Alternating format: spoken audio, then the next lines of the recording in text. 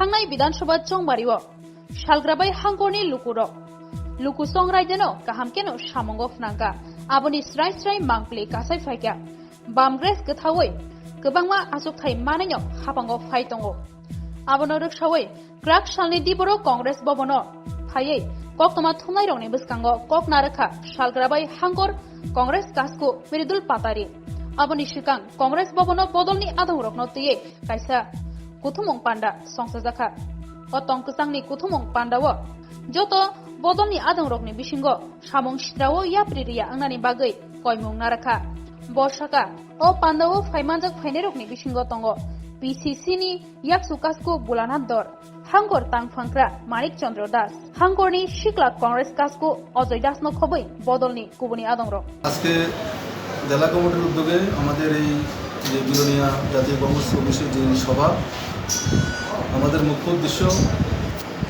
আমরা যে ভোট পর্ব শেষ করেছি আগামী 2 তারিখ তার ফলাফল ঘোষণা হবে আমরা শতভাগ আশাবাদী দক্ষিণ ত্রিপুরা জেলায় 7টি বিধানসভা কেন্দ্র জোটের পক্ষে যাবে আজকে আমরা এখানে বসেছি ত্রিপুরার সাধারণ যে জনগণ ত্রিপুরাতে গণতন্ত্রের লক্ষ্যে শান্তি পুনঃস্থাপন করার জন্য মানুষ ভোট দিয়েছে আমরা চাই আগামী 2 তারিখের পরে ত্রিপুরা রাজ্যে মানুষের যে ভাবাবেগ মানুষের যে চাহিদা আমরা শান্তিপূর্ণভাবে ত্রিপুরাতে যেন প্রত্যেকটি শ্রেণীর জাতি জনজাতি অংশের প্রত্যেকটি মানুষ যাতে ভালোভাবে বসবাস করতে পারে এবং উন্নয়নের কাজকে আমরা ত্বরান্বিত করতে পারি সেই জন্য আজকে আমাদের এই সভা ডাকা হয়েছে এবং আমরা আশাবাদী আগামী 2 তারিখ আমাদের জয় সুনিশ্চিত।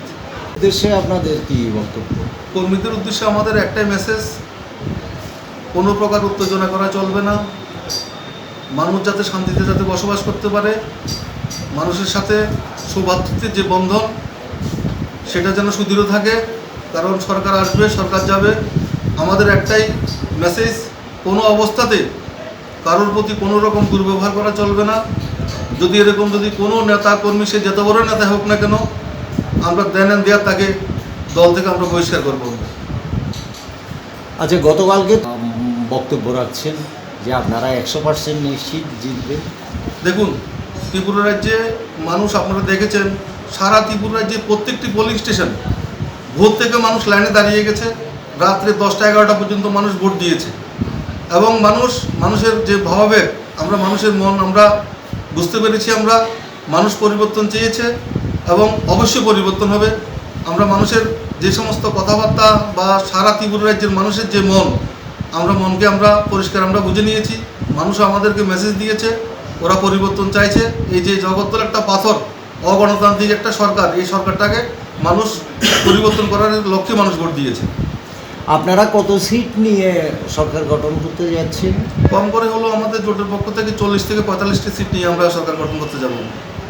আর আপনারা কংগ্রেসের পক্ষ থেকে কটা সিট আশা করছেন? আমরা কম করে হলো 10 থেকে 11টি সিট আমরা আশা করছি। ধন্যবাদ। তো এখানে দেশের ন্যাশনাল কিছু চ্যানেল তো বিজেপিকেই পুনর্গঠনের একটা সিদ্ধান্ত। দেখুন, এটা অনেক কিছু পশ্চিমবঙ্গে আমরা দেখেছি, হিমাচলেও আমরা দেখেছি। এক্সিট পোলগুলো অ্যাকচুয়ালি সব কেন্দ্রীয় সরকার এটা যাকে গদি মিডিয়া বলে, এটা আপনারা নিজেরাও জানেন।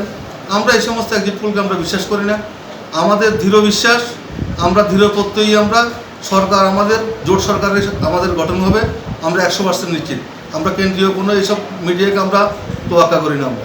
আমরা ত্রিপুরা রাজ্যের প্রত্যেক জনগণকে প্রত্যেক কাউন্টিং হলে সবাইকে উপস্থিত থাকার জন্য আমরা অনুরোধ করছি। ছলে বলে কৌশলে বিজেপি চাইছে মানুষের যে ভাবাবেগ মানুষের যে গণতান্ত্রিক অধিকারটাকে সেটাকে হরণ করার জন্য আমরা কোনো অবস্থাতে সেটা করতে দেবো না আমরা। এবং আমরা আশাবাদী, আমরা শতভাগ নিশ্চিত জয় আমাদের হবে। আগামী 2 তারিখ আমাদের কথা আপনারা মিলিয়ে দেবেন।